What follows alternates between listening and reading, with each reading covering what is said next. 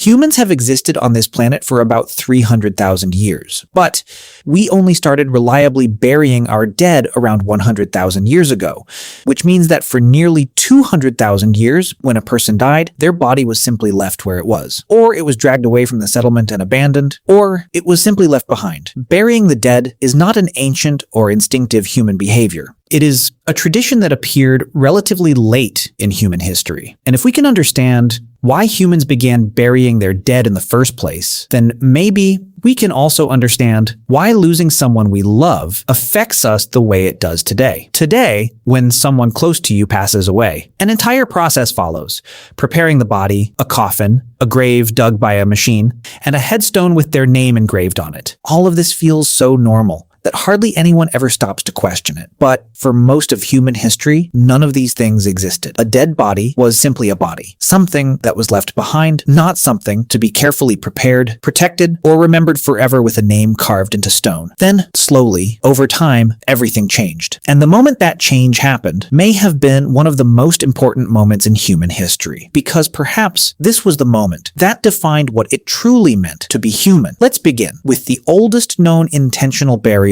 ever discovered. At a place called Qafzeh Cave in present-day Israel, archaeologists discovered the remains of a child who was buried around 100,000 years ago. The body had been deliberately buried. It was placed lying on its side. Its arms had been carefully arranged, and it was laid to rest inside a shallow pit dug into the floor of the cave. Near the child's body, archaeologists also found deer antlers. They had been placed so close to the child's hands that it is almost certain they were intentionally left there. Someone picked up that child's body. Someone dug that pit with their own hands, and someone made the decision that simply leaving this body behind was no longer enough. This was not a small thing. It was a choice. And perhaps the most surprising part is this: digging a grave comes with a cost. It takes time. It takes effort. And 100,000 years ago, energy was not something you could afford to waste. Every calorie you burned was needed for hunting, for walking, for surviving the cold. So, when someone spent hours digging through hard ground, using nothing more than sticks and their bare hands, they were not choosing the easy path. But this is where the story becomes even more fascinating, because Qafzeh is not the only example. And the next discovery completely changes what most people have believed about who was capable of feeling grief. In France, at a rock shelter called La Chapelle-aux-Saints, in 1908, archaeologists discovered the skeleton of a Neanderthal. It was lying in a fetal position. It had been placed inside a shallow grave, and beside it, stone tools and animal bones had been deliberately arranged. For decades, scientists believed this could not have been a real burial. According to them, Neanderthals were too primitive, too much like animals. They couldn't understand religious rituals or emotions like grief. But that body had not simply been thrown away. It had been placed in a specific position. It had been laid inside a pit that had been deliberately dug for it. And this wasn't an isolated case either. At several other sites, including Shanidar Cave in Iraq, archaeologists found similar Neanderthal burials. Their researchers also discovered clusters of flower pollen near one of the skeletons, which led some scientists to suggest that flowers may have been placed beside the body, although that theory is still debated today. But there is one thing that is not debated. Something was happening inside the Neanderthal mind that looked remarkably similar to what happens inside us today when we lose someone we love. Just think about that for a moment. The species we spent decades calling primitive may have been mourning their dead in much the same way we do today. Not because someone taught them a ritual, but because there was something inside them that compelled them to do it. So if burying the dead wasn't unique to Homo sapiens, then the question becomes even bigger. What was the real purpose of burial? One possible answer is protection from disease. A decomposing body attracts wild animals. It spreads bacteria. And if people are living close together, it can become dangerous. Burying a body underground reduces exposure. It limits the smell. And it lowers the chances of predators wandering into the camp. That's a practical reason, and almost certainly part of the story. But it doesn't explain the whole story, because if the purpose of burial was only hygiene or protection from disease, then there would have been no reason to carefully position the body, no reason to lay it on its side, no reason to place deer antlers beside its hands. If it were only about sanitation, simply throwing the body into a pit and walking away would have been enough, which means something else was going on. In Russia, at an archaeological site called Sungir, scientists made a discovery that almost completely undermined the idea that burial was only about hygiene. They found the remains of two children buried around 34,000 years ago. Their heads had been placed facing one another, and their entire bodies were covered with nearly 10,000 ivory beads. 10,000. Every single bead took roughly 30 to 45 minutes, Gita, to make by hand. Just think about that. That means thousands of hours of work devoted to two children who would never wear those beads. This wasn't about preventing disease. This was grief transformed into effort. This was an entire community deciding that these two lives mattered so much. They were willing to spend months creating something beautiful for them, even though those children would never see it. And perhaps this is the most important clue that explains the entire story. Those beads that no dead person could ever wear tell us something profound. The burial ritual was never for the dead. It was for the living. Now think about what was really happening. Burial isn't really about the body because the body doesn't care where it ends up. Burial is really about the people who are left behind, about how they face their grief, their memories, and their fear. And when you look at it from that perspective, all the archaeological evidence begins to make much more sense. The act of burial gives grief a direction. Digging the grave, placing the body inside, covering it with earth, and marking the place isn't just about removing a body. It's a real physical task that a grieving mind can focus on when it has no other way to process its loss. Modern researchers have also found that rituals, actions performed repeatedly in a structured and meaningful way, can genuinely reduce anxiety and emotional distress after losing someone. Prehistoric humans probably knew nothing about neuroscience, but they understood one thing: doing something feels better than doing nothing. There was another important reason for burial: creating a place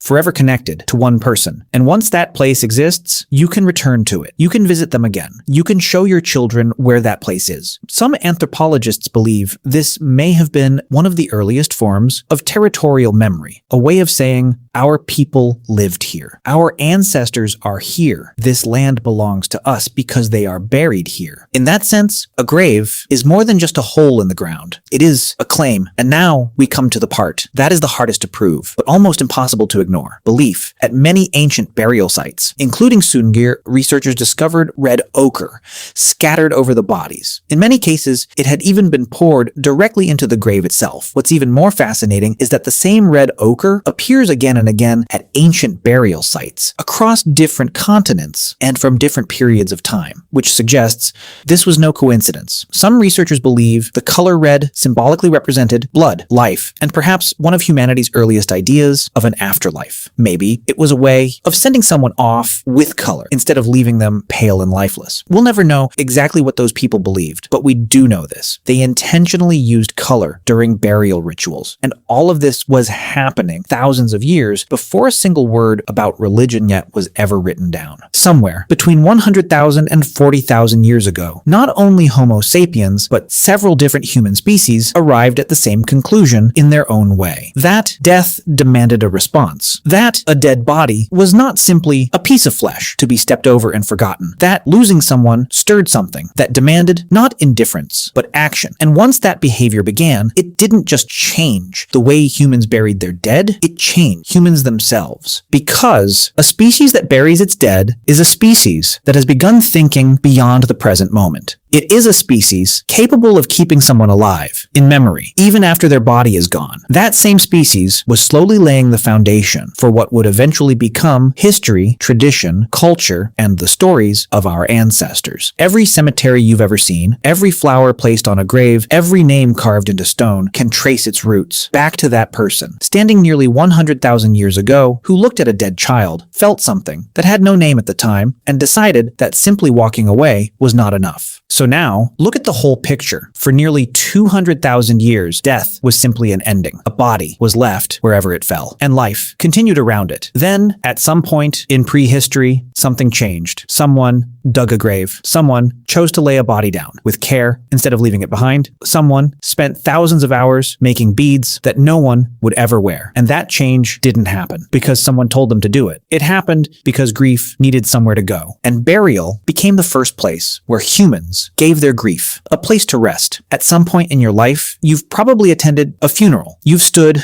in front of a grave and felt that quiet realization that someone was laid to rest right there. That feeling, that makes you lower your voice. That makes you want to remember that place, to remember that name. and maybe to come back one day. That feeling is at least 100,000 years old. It didn't begin with religion. It didn't begin with ritual. It began with one human being standing before a dead body who simply couldn't bring themselves to walk away.